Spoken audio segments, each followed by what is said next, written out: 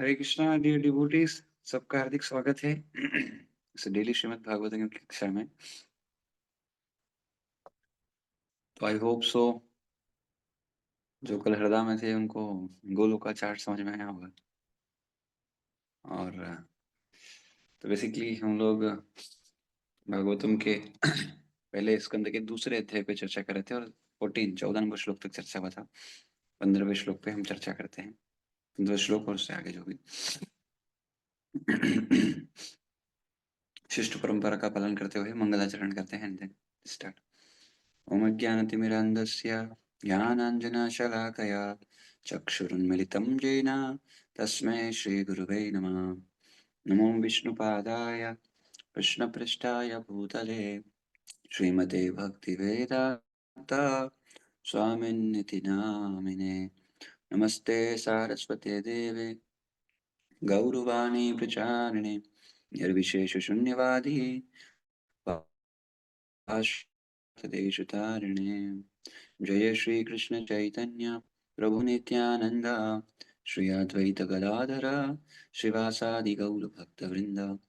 हरे कृष्ण कृष्ण कृष्ण हरे हरे, हरे राम राम राम हरे हरे।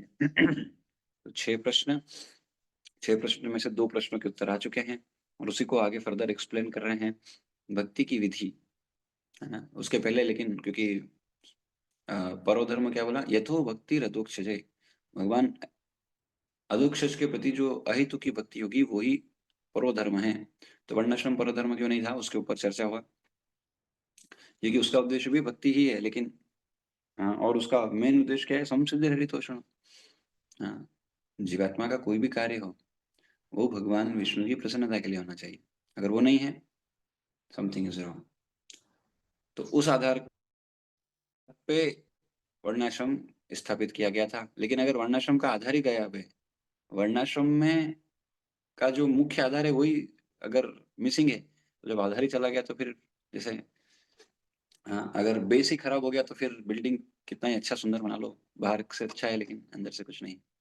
इस तरह से तथाकथित आजकल जितने भी धर्म हैं, अगर उसका उद्देश्य, उसको पालन करने का उद्देश्य भगवान की प्रसन्नता नहीं है तो ये निरी व्यर्थ है, श्रम है वही केवलम है।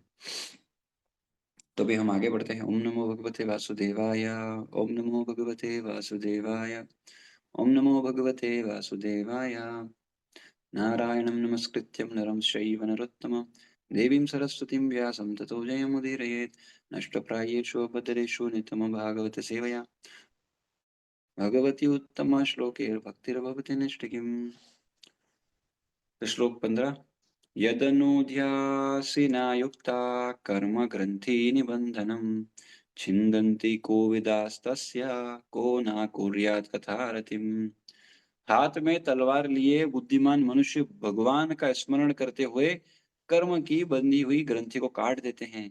अतः वैसा कौन होगा जो उनके संदेश की ओर ध्यान नहीं देगा। तात्पर्य, भौतिक तत्वों के संपर्क में आने से आध्यात्मिक स्फुलिंग एक ग्रंथि उत्पन्न कर देती है। अतः जो कर्म के घात प्रतिघात से मुक्त होने का इच्छुक होता है उसे इस ग्रंथि को काटना होता है। मुक्ति का अर्थ है कर्म के चक्र से छूटना।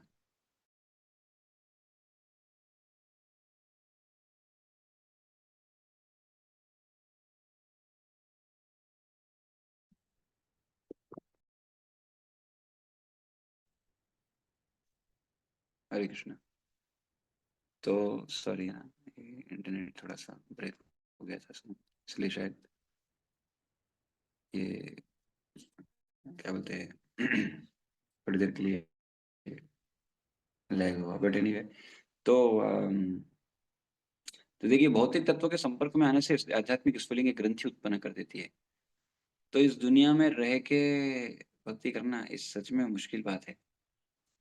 हाँ, इसलिए 2 मार्ग है, प्रवृत्ति और निवृत्ति। प्रवृत्ति मार्ग मतलब सांसारिक स्थितियों का या सबका भोग करके एंड देन फिर लेटर ऑन जीवन के अंतिम समय में व्यक्ति भगवान को साक्षात्कार करने के विधि में लगता है। और उससे भी अच्छा एक मार्ग है निवृत्ति मार्ग। हाँ, यानी क्यों इस समाज के उसमें पढ़ना है इतना। पर ऑफ कोर्स इसका उद्देश्य ऐसा नहीं समाज की चीजों से भागने के लिए होना चाहिए, उद्देश्य बहुत इंपॉर्टेंट है। हर चीज़ में हर चीज़ आप आपकी भक्ति है कि नहीं, शुद्ध भक्ति है या जो भी है, वो सब डिफाइन करने वाला उद्देश्य ही है। किस उद्देश्य से वो किया जा रहा है, वही है सब कुछ। यानी एटलीस्ट शुरुआत तो उसी से है और वही अल्टीमेट भी है। क्योंकि जब तक व्यक्ति का अ, फाउंडेशन सही नहीं है या शुरुआत सही नहीं है या भाव सही नहीं है, वो फिर बहुत मुश्किल है। ऑफ कोर्स शुद्ध भक्ति करने से भक्ति में इतना शक्ति है, भक्ति की पोटेंसी है कि कोई इसको किसी भी भाव से करे व्यक्ति को वो तब भी शुद्ध कर देगी। ध्रुव महाराज का कहानी हम सुनते हैं इस संदर्भ में। पर यहाँ पर जो बात बताई गई है वो है कि और कोई डिज़ायर नहीं होना चाहिए, शुद्ध भक्ति होना चाहिए। पर कोई अगर मान लीजिए ऐसा कोई स्थिति में आता है जो अलग-अलग मटेरियल डिज़ायर से आता है, तब भी उसको हम क्या रिकमेंड करते हैं कि आप भक्ति करो, उससे ही आपका भी कल्याण होगा। लेकिन जो समझ सकते हैं कि यार ये डिज़ायर इस रस में क्या है, भगवान को प्रसन्न करना ही एकमात्र डिज़ायर होना चाहिए, तब तो फिर कोई दिक्कत ही नहीं है। तो ये अलग-अलग स्थान में अलग-अलग चीज़ें बताने की है। हाँ, दिस इज़ द पॉइंट। और तो ये स्वाभाविक रूप से आध्यात्मिक स्फुलिंग जो है ग्रंथि उत्पन्न कर लेता है। किससे? भौतिक तत्वों के संपर्क में आने से। तो इसलिए जो भी व्यक्ति इस ग्रंथि से मुक्त होना चाहता है, इस ग्रंथि को काटना होता है। ये ग्रंथि किसका है? ये कर्म का ग्रंथि है। ये कर्म ग्रंथि है। इसको काटना होगा। कर्म रूपी ग्रंथि को क्या करना पड़ेगा? काटना पड़ेगा। काहे से काटेंगे? इतना आसान नहीं है ये। अपने हाथ से नहीं काट सकते अपन। क्या करना पड़ेगा? तलवार लाना पड़ेगा। तलवार क्या करती? खच करके काट देती है सब कुछ। हुँ। ऑफ़ कोर्स अभी तो तलवार ज़्यादा यूज़ नहीं होती है। चाकू उसका एक छोटा-सा भाई आप मान सकते हो। हाँ, लेकिन उसको भी हाँ, वो करना पड़ता है। तो उसे उस ग्रंथि को काटना होता है, मुक्ति का अर्थ है कर्म के चक्र से छूटना। जो व्यक्ति निरंतर भगवान की दिव्य लीलाओं का लीलाओं का स्मरण करता है, उससे स्वतः ही यह मुक्ति मिल जाती है। इसका कारण यह है कि परम भगवान की सारी लीलाएँ भौतिक शक्ति के गुणों से परे होती है। हुँ, यानी भगवान की जो शक्तियाँ हैं, वो इस भौतिक समाज या भौतिक गुणों से प्रभावित नहीं है, तीनों गुणों से प्रभावित नहीं क्योंकि भगवान क्या है त्रिगुणातीत है। तो इसलिए कई बार जब हम बात करते हैं तो भगवान ने ये किया, अरे भगवान ने वो किया, इसका मतलब ये नहीं कि आप भी कर सकते हो। कई लोग बोलते हैं अरे भगवान भी तो ये किए, भगवान भी तो वो किए, भगवान भी तो ये किए। सी वो भगवान है, वो कुछ भी कर सकते हैं। पर हम वो स्थिति में नहीं हैं, हम कुछ भी नहीं कर सकते हैं। हम कुछ कर सकते हैं, पर सब कुछ नहीं कर सकते। हाँ, अगर भगवान शक्ति दें, कृपा दें, तो फिर साधारण जीव भी असाधारण कार्य कर सकता है, इसमें कोई संशय नहीं। श्लोक आता है, मूकं करोति वाचालं पंगुं लंघयते गिरिं यत्कृपातमहं वन्दे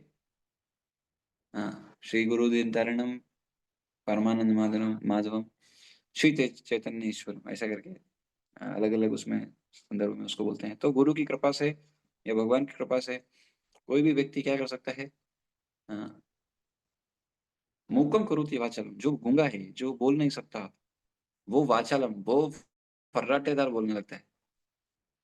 मूकं करोति वाचालम पंगुम लंघयते गिरिम। पंगु जो पैर से पंगु है यानी अपाहिज है या लंगड़ा है थोड़ा, वो भी क्या कर सकता है लंघयते गिरिम पर्वत लांघ सकता है। अरे लंगड़ा व्यक्ति कैसे पर्वत लांघेगा? मूक जो बोल नहीं सकता वो कैसे फर्राटेदार बोलने लग जाएगा? यत् कृपा तमो मंद जिस व्यक्ति पर कृपा होता है, श्री गुरु दीनतारिणम गुरु की कृपा से उसका स्थिति दिव्य हो जाता है या कृष्ण की कृपा से उसका स्थिति दिव्य हो जाता है। तो इसलिए हम कितना भी प्रयास करना हमारे हाथ में। देखिए कई बार हम बोलते हैं, "अरे! भगवान का अरेंजमेंट था, अरे! भगवान ऐसा चाहते थे।" हुँ, आपने प्रयास किया क्या? उसके बाद कोई ये बोल सकता है, फुल प्रयास करने के बाद कोई ये बोल सकता है कि actually whatever is the will of the Lord हाँ, विल एक्सेप्ट दैट। प्रयास करने के बाद कोई बोल सकता है। किसी ने कुछ प्रयास किया ही नहीं और बोल रहा है कि भगवान की इच्छा है। अरे भगवान की इच्छा तो बहुत कुछ है। भगवान की इच्छा गीता में लिखी है, भगवान की इच्छा भागवत में लिखी है। आप कितना जानते हो भगवान की इच्छा? अब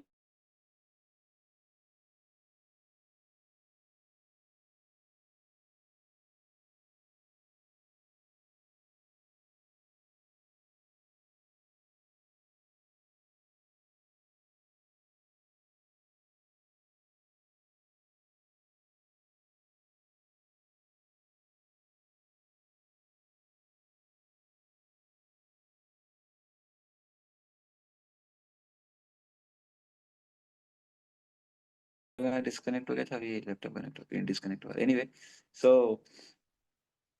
अ, वेयर वी आर या तो इसका कारण है परम भगवान की सारी लीलाएं भौतिक शक्ति की।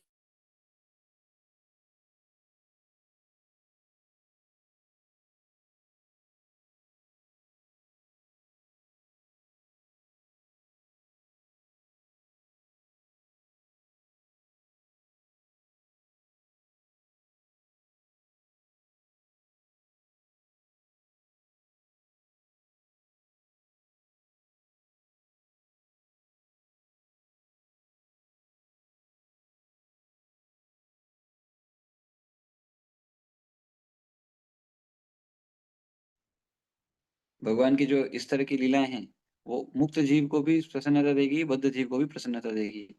क्यों? क्योंकि चाहे मुक्त हो चाहे बद्ध हो, हाँ, भगवान की जो लीलाएं हैं वो उन्होंने की ही इसलिए है कि इस धराधाम के जो भी जीवात्माएं हैं, इनका कल्याण हो, इनको आनंद की प्राप्ति हो। तो कृष्ण की लीलाओं को सुनने के लिए वो योग्यता होना चाहिए, वो है श्रद्धा। इसके पहले वाले श्लोक में हम देखें कि वन पॉइंट अटेंशन के साथ भगवान की भक्ति करना चाहिए और उनके गुणगान में, उनकी कथा श्रवण में, उनको गुणगान करने में, उनको याद करने में, स्मरण करने में और उनका सेवा करने में, वर्शिप करने में लगाना चाहिए। हम्म। तो क्रमशः आध्यात्मिक बना देते हैं ना। क्रमशः मतलब क्या है? वो क्रम क्या है? अब वो क्रम इसके आगे वाले श्लोक में आने वाला है। तथा सानिध्य से बद्ध जीव क्रमशः आध्यात्मिक बना देते हैं ना। एंड देन तथा अंततः उसकी भौतिक बंधन की ग्रंथि विच्छिन्न हो जाती है। और this is the best way to cut our karma granthi. जो कर्म का ग्रंथि बांध दिया है, अच्छे बुरे कर्मों का जो ग्रंथि है, देखो जब तक ये ग्रंथि रहेगा ना, इस ग्रंथि के कारण से क्या होगा? ये कर्म बंधन के कारण से बार बार फल लेना पड़ेगा और फल के आधार पर या तो आना पड़ेगा या तो जाना पड़ेगा, ये सब करना पड़ेगा। लेकिन अगर कोई इसको तलवार से काट दे, इस ग्रंथि को, तो क्या होगा? तो मुक्त हो गया, फिर आने का जरूरत नहीं है। हाँ, यानी बद्धावस्था में नहीं होगा, वो मुक्त हो जाएगा। बद्ध का है, कर्म ग्रंथि से बंधा हुआ है वो, एक तरह से समझ सकते हैं। गुण तो है ही, लेकिन ये कर्म कर्म की ग्रंथि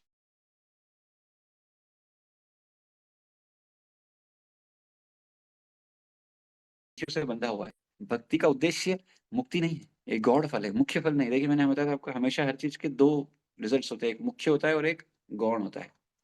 तो भक्ति का भी गौण फल है मुक्ति। भक्ति का मुख्य उद्देश्य मुक्ति नहीं है, गौण है। गौण यानी सेकेंडरी है, ये प्राइमरी फोकस नहीं होना चाहिए लोग, लेकिन किसी किसी का प्राइमरी फोकस होता है, that may be okay. And then अतएव बंध बंधन से मुक्ति मिलना भक्ति का गौण फल है। केवल आध्यात्मिक ज्ञान की प्राप्ति से ही मुक्ति निश्चित नहीं होती। सिर्फ ज्ञान ले लिया ऐसा नहीं कि हो जाएगा मुक्ति, है ना। ज्ञानी का उद्देश्य मुक्ति है, योगी का उद्देश्य सिद्धि है, और कर्मी का उद्देश्य तो इंद्रिय तृप्ति है। लेकिन भक्त इन तीनों से ऊपर है, उसका उद्देश्य सिर्फ भगवत प्राप्ति है। ऐसे ज्ञान से ऊपर के ऊपर भक्ति का ज्ञान है, लेकिन भक्ति नहीं कर रहा है तो कोई अर्थ नहीं है। इसलिए भक्ति का लेप यानी भक्ति होना चाहिए उसमें, वो ज्ञान कोई काम करने नहीं। तो जिससे अंततः भक्ति की ही प्रधानता बनी रहे, यानी प्रधान भक्ति होना चाहिए। हाँ, अगर भक्ति सेकेंडरी हो गई तो फिर पर्पस डिफीट हो गया। तभी इस मुक्ति संभव होती है। यहाँ तक कि सकाम कर्मियों के कर्म भी यदि वे भक्ति से लेपित हो तो उन्हें मुक्ति की ओर ले जा सकते हैं। हाँ, कर्मी को भी मुक्ति मिल सकती है अगर भक्ति हो, भक्ति कर रहा हो, भले मिक्स डिवोशन में सर्विस कर रहा है, करे तो धीरे धीरे वो क्रमशः क्या होगा? शुद्ध भक्ति के स्तर पे आ पाएगा। भक्ति से लेपित कर्म कर्मयोग कहलाता है। तो कर्म को अगर भक्ति के साथ किया जाता है तो क्या है? तो वो कर्मयोग है। इसी प्रकार भक्ति से लेपित अनुभव गम्य ज्ञान ज्ञान योग कहलाता है। किंतु शुद्ध भक्ति योग ऐसे कर्म तथा ज्ञान से स्वतंत्र है, क्योंकि यह अकेले न केवल बद्ध जीवन से मोक्ष दिलाने वाला है, अपितु भगवान की प्रेम भक्ति भी प्रदान करने वाला है। अतएव किसी भी ऐसे विवेकशील व्यक्ति को जो मध्यम स्तर के अल्पज्ञ व्यक्ति से ऊपर है, उसे भगवान के बारे में श्रवण करके, उनका गुणगान करके, उनका ध्यान तथा पूजन करके निरंतर उनका स्मरण करना चाहिए। भक्ति की यही सम्यक विधि है। ये न केन प्रकारेण मन कृष्ण पदार, किसी भी कारण से, इस तरह से, उस तरह से, किसी भी तरह से कृष्ण का स्मरण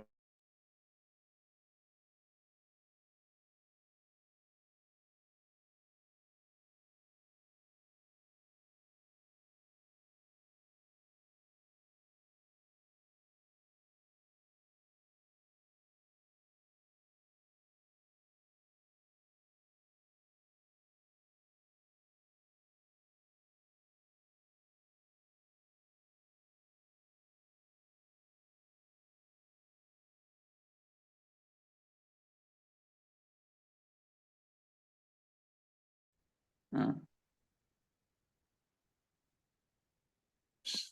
थोड़ा लाइक हो रहा है बार बार। या तो भक्ति की यही सम्यक विधि वृंदावन के गोस्वामी जी ने श्री चैतन्य महाप्रभु ने भक्ति उपासना पद्धति का उपदेश देने के लिए अधिकृत किया था। इस नियम का दृढ़ता से पालन करते रहे और उन्होंने हमारे लाभ के लिए दिव्य विज्ञान का प्रभुत साहित्य तैयार किया। जितने भी आचार्यों के ग्रंथ हैं वो सब उन्होंने विभिन्न वर्णों तथा आश्रमों के लोगों के लिए श्रीमद् भागवत तथा ऐसे ही अन्य प्रामाणिक शास्त्रों के आधार पर विविध मार्ग बनाए हैं। तो आधार क्या है? शास्त्र। तीव्रता श्रद्धा मतलब क्या है? श्रद्धा शब्द है, विश्वास करे सुदृढ़ निश्चय। श्रद्धा किसमें? शब्द में। शब्द मतलब शब्द प्रमाण मतलब शास्त्र। हाँ, और जब जाके कृष्ण भक्ति सर्वकर्म कृत है। हम्म, सारे साध्य सारे कर्म साध्य और सिद्धि को प्राप्त करेंगे जब कृष्ण।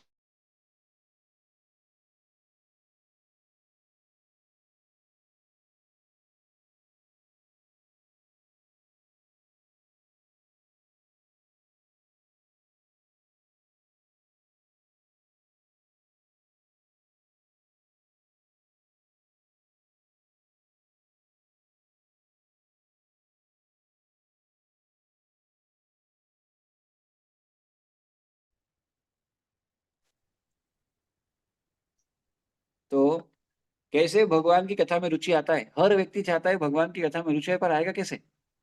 तो रुचि कैसे आएगा? भगवान की कथा सुनने में अगर किसी को रुचि नहीं, बोर लगता है, उल्टा सीधा इधर उधर थोड़ा कभी मन भटकता है, ये क्यों होता है? क्योंकि रुचि नहीं। और रुचि क्यों नहीं है? तो इसका विधि यहाँ बताया। रुचि कैसे आएगा? भगवत कथा की श्रवण में, भगवान की लीलाओं को श्रवण बार बार नित्य श्रवण करने में, एक ही लीला को हर दिन श्रवण करने में क्या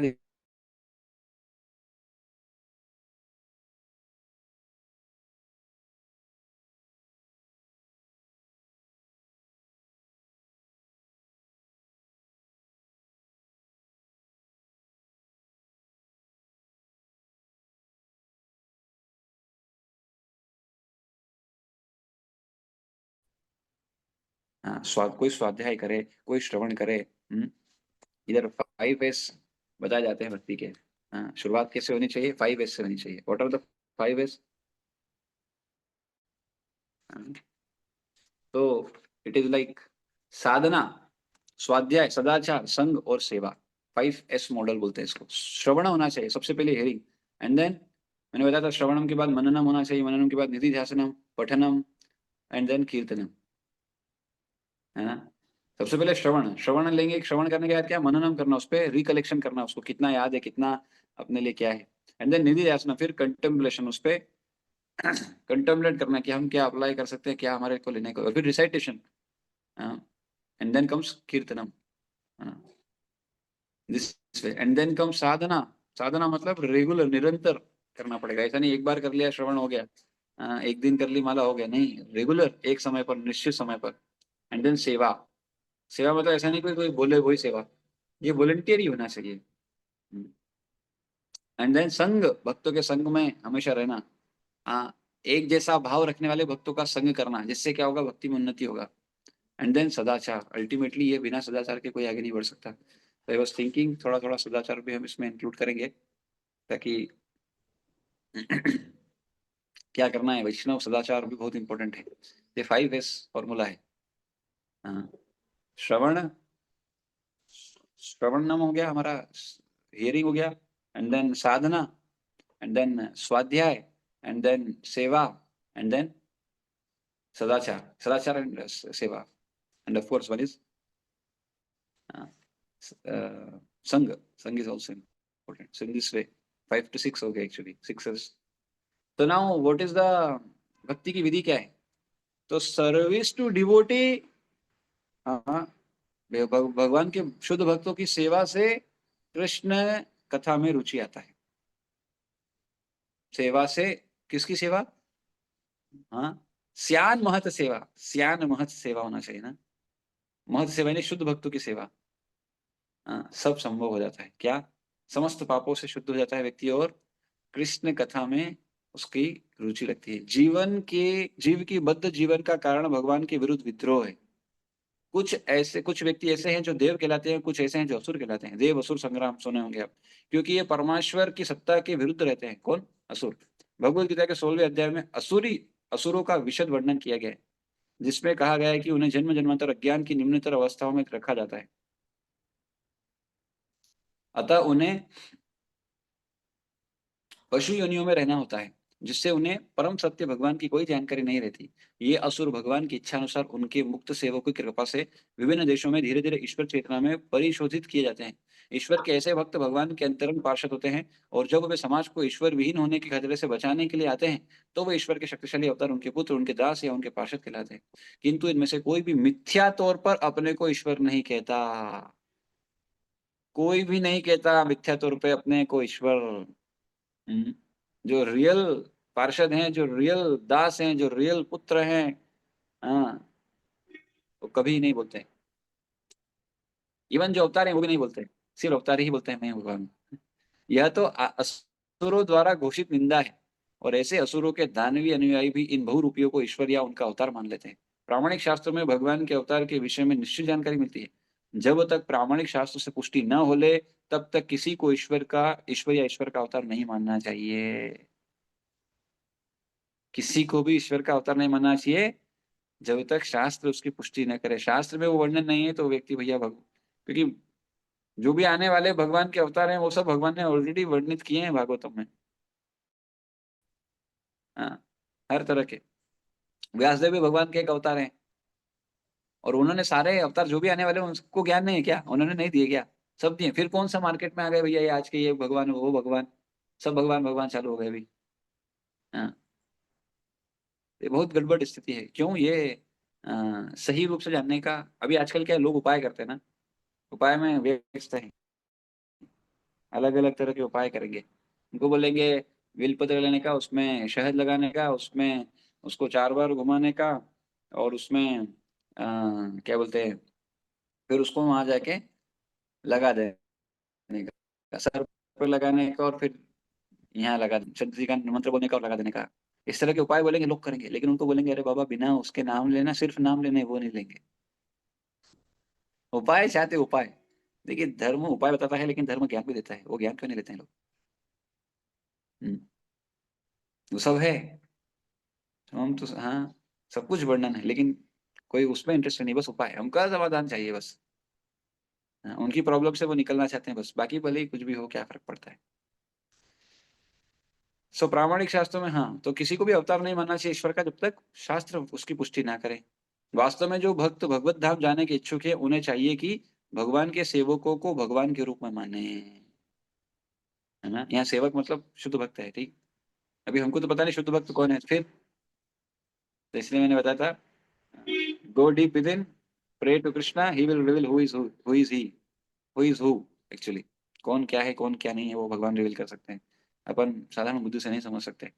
हम शुद्ध भक्त में भी दोष देखेंगे, और भक्त को भी शुद्ध भक्त मान जाएंगे, साधारण भक्त को भी, या पाखंडी को भी शुद्ध भक्त मान लेंगे, और जो शुद्ध भक्त है उसको पाखंडी मान लेंगे। कई बार ऐसा स्थिति आता है। हम्म, इसलिए ऑफ कोर्स लक्षण है, कुछ लक्षणों से हम समझ सकते हैं। पर यहाँ पर किन किन भक्तों की सेवा की बात करें? महत सेवा। इसलिए साधु का सेवा करने का मौका ढूंढना चाहिए, जब मिल जाए सेवा कर देना चाहिए। हाँ, रियल साधु। तो वास्तव में जो भक्त भगवत धाम जाने के इच्छुक हैं, उन्हें चाहिए कि भगवान के सेवकों को भगवान के रूप में माने। देखिए, शुद्धता जो है ना, अलग अलग स्तर की होती है। किसी की शुद्धता साधना की होती है, किसी की शुद्धता ज्ञान की होती है, किसी की शुद्धता मानसिक होती है, मन की होती है, किसी की शुद्धता भाव की होती है। ये अलग अलग शुद्धिकरण के स्तर पर है। कोई हो सकता है भाव से शुद्ध हो, एक्टिविटी में इतना शुद्ध ना हो। कोई हो सकता है एक्टिविटी से शुद्ध हो, भाव से इतना शुद्ध ना हो। That may be possible. अलग अलग तरह की शुद्धता है। कोई शारीरिक शुद्धता में बहुत हाई हो सकता है। हाँ, ये अलग अलग तरह की शुद्धता है। हाँ, पर जो भक्ति है, वो व्यक्ति को ओवरऑल शुद्ध करती है। हाँ, ये बहुत इंपॉर्टेंट है। ओम पवित्रो पवित्र वा सर्वावस्था वा, यह स्मते, यह स्मरेत पुंडरीकाक्ष, बाह्य अभ्यंतर शुचि। हाँ, चाहे कोई शरीर, कोई स्वच्छ हो ना हो, लेकिन फिर भी भगवान उसको स्वच्छ कर देते हैं, कोई भी स्थिति में हो। हम्म, अगर वो भगवान की को स्वीकार करता है, उनके आचरणों, उनके दिशा निर्देशों का पालन करता है, तो वास्तव में जो भगवान भक्त भगवत धाम जाने के इच्छुक है, उन्हें चाहिए कि भगवान के सेवकों को भगवान के रूप में माने। भगवान के ऐसे दास महात्मा या तीर्थ कहलाते हैं, और वे विशिष्ट देश काल के अनुसार उपदेश देते हैं। भगवान के सेवक लोगों को भगवत भक्त बनने के लिए प्रेरित करते हैं। वे कभी यह सहन नहीं कर सकते कि कोई उन्हें ईश्वर कहे। हाँ, तो भक्त कभी नहीं चाहता कि कोई उसको ईश्वर कहे। वो कोई अगर ऐसा बोलता है तो वो तो चैतन्य महाप्रभु को भी कई लोग बोलते थे, चैतन्य महाप्रभु हरि हरि करके कान बंद करके भागते थे उस जगह से, यद्यपि वो तो स्वयं भगवान है फिर भी। तो ही वाज वो भक्त के रूप में बता रहे हैं कि कैसा आचरण होना चाहिए। तो भगवान के सेवक लोगों को भगवत भक्त बनने के लिए प्रेरित करते हैं। वे कभी भी ऐसा नहीं कर सकते कि कोई उन्हें ईश्वर कहे। यद्यपि श्री चैतन्य महाप्रभु प्रामाणिक शास्त्रों के निर्देशानुसार साक्षात भगवान थे, किंतु वे भक्त की तरह बने रहे। जो लोग उन्हें ईश्वर के रूप में जानते थे, वे उन्हें ईश्वर कहकर पुकारते थे। किंतु तब वे अपने अरे इसमें लिखा है, तब वे अपने कानों को हाथों से बंद करके भगवान विष्णु के नाम का कीर्तन करने लगते थे। वे स्वयं को ईश्वर कहलाने का घोर विरोध करते थे। इवन प्रभुपाद ऑल्सो, प्रभुपाद तो ऑफ कोर्स, यद्यपि प्रभुपाद भी शक्ति आवेश अवतार के रूप में हम देख सकते हैं, क्योंकि ऐसा इतना आसान नहीं है कोई इतना दुनिया भर में प्रचार कर दे। यद्यपि वे निस्संदेह साक्षात भगवान थे। भगवान हमें उन धूर्तों को से आगाह करने के लिए ऐसा आचरण करते हैं जो अपने को ईश्वर कहलाते हैं। ईश्वर के दास ईश्वरीय चेतना का प्रसार करने के लिए आते हैं। बुद्धिमान लोगों को चाहिए कि वे उनके साथ हर तरह से सहयोग करें। भगवान अपनी प्रत्यक्ष सेवा की अपेक्षा अपने दास की सेवा किए जाने से अधिक प्रसन्न होते हैं।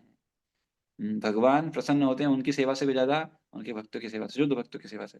भगवान तब अत्यधिक प्रसन्न होते हैं जब वे यह देखते हैं कि उनके भक्तों का समुचित आदर हो रहा है, क्योंकि वे भगवान की सेवा के लिए सभी प्रकार के कष्ट उठाते हैं, अतः वे उन्हें अत्यंत प्रिय होते हैं। भगवद गीता 18.69 में भगवान घोषित करते हैं कि उन्हें उस भक्त के समान अन्य कोई प्रिय नहीं है जो उनकी महिमा का प्रचार करते हुए अपना सर्वस्व संकटों में डालता है। भगवान के सेवकों की सेवा करके कोई भी धीरे धीरे उन सेवकों के गुणों को प्राप्त करता है और इस प्रकार वह भगवान की महिमा सुनने के योग्य बन जाता है। भगवत धाम में प्रवेश पाने के लिए भक्त की पहली योग्यता यह है कि वह भगवान के विषय में सुनने को उत्सुक हो। और आप सबके अंदर वो योग्यता, इसलिए आप डेली क्लास में आते हैं। जो कभी कभी आते हैं तो लेकिन ऑफकोर्स आप सुनते हैं तो बहुत अच्छा है। Is very very wonderful. तो कहाँ से आता है सर्विस टू डिवोटी? तो ये श्रद्धा, साधु संग और भजन क्रिया, तीन चीजें यहाँ पर बता रहे हैं। लेकिन सबसे पहले आपको समझना पड़ेगा सताम कृपा, भगवत भक्तों की कृपा क्या है? भक्तों की कृपा है उनकी कृपा से क्या आता है? महत सेवा मिलती है। तो साधु की सेवा भी कैसे मिलती है? वो भी भक्तों की कृपा से मिलती है। साधु की सेवा किसी को करना है, service to devotee comes by the mercy of the devotee. उनकी कृपा से उनकी सेवा मिलती है। अभी कृपा पाने के लिए क्या करना चाहिए? कृपा पाने के लिए अलग-अलग तरह से कृपा आ सकती है। एक तो जब उनका दृष्टिपात हो, जब वो हमको देखें, या जब हम उनको सुनें, या हम उनको अनजाने में या किसी भी तरह से कोई सेवा दे दें। हाँ, ये सबसे आती है क्या बोलते हैं, ये सबसे मिलती है सेवा। यद्यपि कोई भी भक्त अपने लिए सेवा लेता ही नहीं है। जो रियल डिवोटी है वो कभी सेवा लेता नहीं है। कुछ-कुछ लोगों से वो लेते हैं, वो भी विशेष प्रयोजन पे। और वो भी क्यों? क्योंकि उनकी उनको गाइड करने के लिए, उनको वो करने के लिए उनसे सेवा लेते हैं आदान-प्रदान के रूप में। क्योंकि रूप गोस्वामी बोले हैं, "ददाति प्रतिगणाति गुह्यमाकृति पश्यति मुंक्ते भोज्यते चैव श्रद्धेदापीति लक्षणम्।" तो इसलिए डीप संबंध के लिए वो उनसे सेवा लेते हैं। पर कोई सिर्फ़ वो नहीं होना चाहिए इसमें। देखिए, कोई ऊपर गुरु है और वो नीचे वाले को अगर शोषण कर रहा है, सेवा ले जा रहा है, कुछ दे नहीं रहा है, तो फिर वो भी गड़बड़ है। तो देयरफॉर अ, उसके अपलिफ्टमेंट के लिए वो सेवा देना होता है उनको। हाँ, एंड देन श्रद्धा, इससे क्या होता है? भक्तों की कृपा से सेवा मिलती है और वो सेवा से एक्चुअली श्रद्धा आती है। तो रियल श्रद्धा आती है साधु सेवा से। हाँ, तो भक्तों की सेवा करने से ही, इसलिए आप देखो कोई लोग भक्तों की सेवा करते हैं, उनके अंदर श्रद्धा भाव होता है, लेकिन जो सेवा नहीं करते, श्रद्धा बहुत कोमल होता है। और फिर हाँ, ऐसी स्थिति में कोई व्यक्ति हाँ, शेल्टर लेता है गुरु की, और ऐसे गुरु स्वयं में तीर्थ होते हैं। कैसे आती है? कृपा से, भक्तों की कृपा से। कृपा किस तरह से? ग्लांस अगर उनका मिल जाए, या उनके प्रवचन में कभी तो बैठ गए, तो उनकी वाणी से, कान में जाने से, या उनकी आँखों की दृष्टि से, या उनका कोई उच्छिष्ट वगैरह मिल गया, तो हाँ, हाँ, उससे वो सेवा की योग्यता आती है और सेवा करने का इच्छा आता है। और जब वो सेवा करते हैं तो श्रद्धा आती है, और श्रद्धा से कोई व्यक्ति गुरु स्वीकार करता है, श्रद्धा से स्वीकार करता है, ऐसे ही स्वीकार नहीं कर लेता है। और वो श्रद्धा की विधि है ये पहले। हाँ। एंड देन इसके बाद फिर आने वाला है भजन। हाँ, भजन करता है वो। इसके आगे वाला श्लोक भजन के लिए अर्थ निवृत्ति, इसके ऊपर आने वाला है। यद्यपि तो भक्ति में जो आदो सदा तत्व साधु संग भजन क्रिया धन्य वृत्ति निष्ठा रुचि आसक्ति भाव प्रेम, जो हम 8 या 9 विधि देखते हैं, इधर विश्वनाथ चक्रवर्ती पाद जो है 14 स्टेजेस में बताते हैं। तो पहले श्लोक में 4 बताए और 5वीं को थोड़ा सा टच किया, भजन ईगरनेस टू वर्शिप, पर नेक्स्ट वाले में भजन को बहुत अच्छे से बताने वाले हैं, अनर्थ निवृत्ति को बताने वाले हैं। तो हम आगे कल चर्चा करते हैं। ये बहुत अच्छा श्लोक है। शृण्वतां स्वकतः कृष्ण पुण्य श्रवण कीर्तन हृदयनस्तो भद्राणि विदनोति सुहृत्सिताः। सब अमेजिंग अमेजिंग श्लोक है, बहुत अद्भुत श्लोक है सब। तो क्या करना पड़ेगा? साधु की कृपा से साधु की सेवा, सेवा से श्रद्धा, और श्रद्धा से कोई भजन कर सकता है, ये स्तर है। इसलिए सेवा बहुत जरूरी है। सो विल एंड हियर, इसके आगे कल चर्चा करेंगे। Thank you everyone. Aman Prabhu, Abhishek Prabhu, Anil Prabhu, Anshika Mata ji, Bharti माता जी, हितेशी माता जी, किरण माता जी, कृष्ण प्रभु,